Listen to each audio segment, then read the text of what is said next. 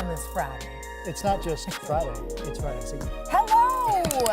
I know, because we keep saying Friday. Thursday, Friday Junior, and then Friday, yeah. But hey, we made it to Friday Senior is what Ben calls it. Thanks so much for joining us for KARE 11 News at noon. We're headed into a really big weekend for Vikings fans and a really busy downtown as well. In just 2 days, the Vikings kick off their home opener playing at US Bank Stadium for the first time this season. And we've got everything you need to know if you're headed there. But first, a look at the weather. Many people wondering, do they have to wear a coat or can they just, I don't know, chest paint? Shorts and t-shirts weather. Yeah, you know, chest paint. I think people who are going to chest paint will do that no matter what the weather is. True. So there is that. Hey, we're just shy of 80 degrees. We are once again going to make it into the 80s today. And by the way, that would be the 5th day in a row 80 degrees or warmer. We haven't seen 5 days in a row 80 or warmer since July. So it's been a while, and we're seeing it here in September. Outside right now, it's a mostly sunny sky, but right now we are currently sandwiched between two weather systems. One is a trough of low pressure across the high plains states. The other, the remnants of Hurricane Francine pushing into the center part of the country. And you can see some of those clouds in the southeastern part of Minnesota. Those are actually coming from that former hurricane. So if you look outside and you see some clouds, you go, huh, those clouds were at one point part of a hurricane. Kind of interesting stuff. Not really impacting our weather so much today, however. Basically a repeat from what we saw yesterday. Maybe some high-level clouds filtering our sunshine from time to time, but otherwise it will be another very summer-like day. We get a little blip as we head into Saturday. Small chance for some showers, especially east of the metro into western Wisconsin, and a better chance for rain and a sizable pattern shift as we head into the second half of next week. We'll have more details coming up, Alexis. Ben, thank you. A sea of purple and gold is about to hit the Twin Cities as the Vikings take on their first home opener. And we're now just about 48 hours away. Audrey Russo has what you need to know if you plan on heading out to US Bank Stadium. It's a new era for the Minnesota Vikings, and if you want to be part of the history at this season's home opener against the 49ers, well, you're in luck. There's actually a lot of seats still available per Ticketmaster. In pretty much every section, they range in price from $124 all the way up to $1,600. And all eyes are going to be on new QB Sam Darnold and former Packers running back Aaron Jones as they both don the home jersey for the first time. Now, the team's roster isn't the only part of the Vikings franchise that's changing this season. What I'm talking about is the stadium's new facial recognition technology. This new security system is pretty much only for credentialed people at US Bank Stadium, so fans are not going to be scanned at all, and they don't even have the choice to be scanned or to opt into the program. But if they do ever expand the technology to fans, reps with the facial recognition company say that that data is not going to be sold. It's pretty much just going to speed up entry into the stadium and concessions purchases. And back to this Sunday, the Vikings are debuting a new Showtime sequence at the beginning of the home opener. It's going to have some fast-paced videos and even an orchestral nod to this year's theme, A Storm is Coming. Can't wait. Back to you. Audrey, thank you so much. New season, new things. And before you get into the stadium, you'll need to find parking downtown, my least favorite part. Here's Cece. There are several options for parking around US Bank Stadium. The Vikings website has a map of all possible parking options near US Bank Stadium. You can find that there. But a cool thing you can do too is get a parking space on ParkWiz here. So when you get to the website here, when it does finally show up, you can see parking options for all Vikings home games. So here we're going to click San Francisco 49ers at Minnesota Vikings. And then when you find that, you can see all of the options for parking lots and parking ramps. So all you have to do is pick a spot, and then you can update the time. You fill out your information here, and then you just pay with a credit card. That way you're guaranteed a spot. Now, if you want to avoid the headache of bringing your car, you can just take the bus, light rail, or rideshare. Good luck this weekend, and go Vikes. Well, today, tens of thousands of Boeing workers are on strike, and it started overnight after union members rejected a proposal contract and approved the strike. Amy Kiley shows us where the workers stand. Strike! Strike! Strike! About 33,000 Boeing workers are on strike today. That's after union workers voted down a proposed contract and authorized the walkout to start overnight. Our members rejected the contract by 94.6%. And they voted to strike by 96%. The strike affects workers at facilities in multiple states. I'm just emotional because my daughter still lives at home, and she makes more than I do. But she went to college, right? So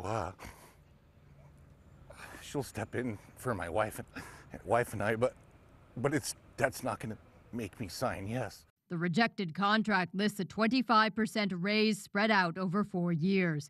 Boeing says that's its largest ever general wage increase. It says the deal also helps with healthcare and retirement costs. Boeing is portraying to the media that it's this greatest thing they've ever done, and it's not. Critics say it's not enough. We have members that are still living in their cars at maxed out pay because they cannot afford to live in this state and work at this company. I made more at Walmart than working here. Some say they're upset union negotiators settled for less than the 40% they had wanted. What we asked to be brought to the table wasn't.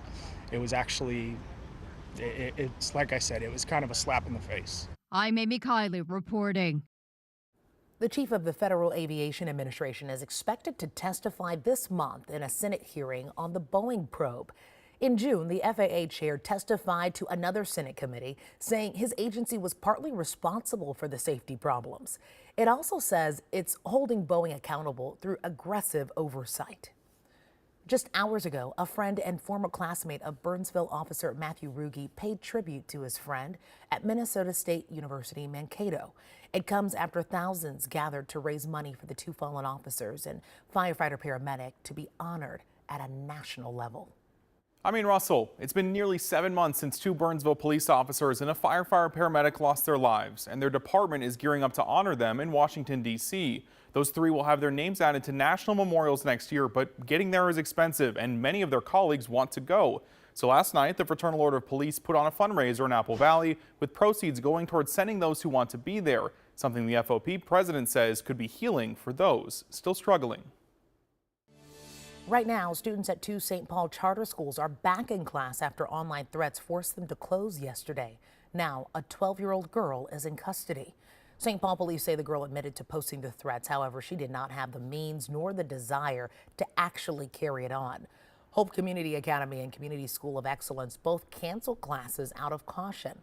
Investigators say right now there's no ongoing threat, and they are working with the school district to ensure safety at every campus. A 33-year-old woman has been arrested in the attack at a Minneapolis shelter last week. MPD says it's forwarded its investigation to the Hennepin County Attorney's Office for felony property damage and riot charges. It happened at the People Serving People's St. Anne's shelter last week. Police say the woman was involved in an argument that turned physical. The shelter estimates it led to $55,000 in damages. In the last 24 hours, we've learned there will be no charges against the Hennepin County deputies involved in the shooting death of a man in Minnetonka last spring. Hennepin County Attorney Mary Moriarty said after reviewing the BCA's investigation, her office found no evidence of unlawful conduct by law enforcement. She said deputies fired their weapons only after Clint Hoyta fired directly at them. One deputy was shot in the hand. The next time you head to the airport, you could skip the security line in an expanded program. The airport has been testing the reservation program in Terminal 2 since May of last year. Now it's moving to Terminal 1, where travelers will be able to reserve a time to go through security. MSP is taking reservations right now for flights starting on Tuesday. The airport is one of 18 in North America and Europe with this kind of program. And you'll likely need to wait in some traffic if you're heading downtown this weekend. Besides game day traffic, roads are also closing around U.S. Bank tomorrow for the Red Bull Show Run. Michelle Beck is laying out what you need to know. With U.S. Bank Stadium here behind me, you may recognize this area as Portland Avenue and South 4th Street. But for the next few days, you might want to steer clear of this area. Take a look at what I'm looking at right now. All these road barricade signs that have gone up on Portland Avenue. Look how far down the road, down the block, these barricades are stretching. And look the other way to my left, this stage is going up as we speak. This stage, according to an event official, is for the F1 event on Saturday. So we are expecting this road and more roads to be closed leading up to the Saturday event. So if you're driving downtown, if you have to drive downtown, you might want to steer clear of this area, especially. It's going to be a big hub for that F1 event, and do keep that map in mind. Back to you. Well, for all these closures and everything you need to know about what's going on downtown, just head over to KARE11.com.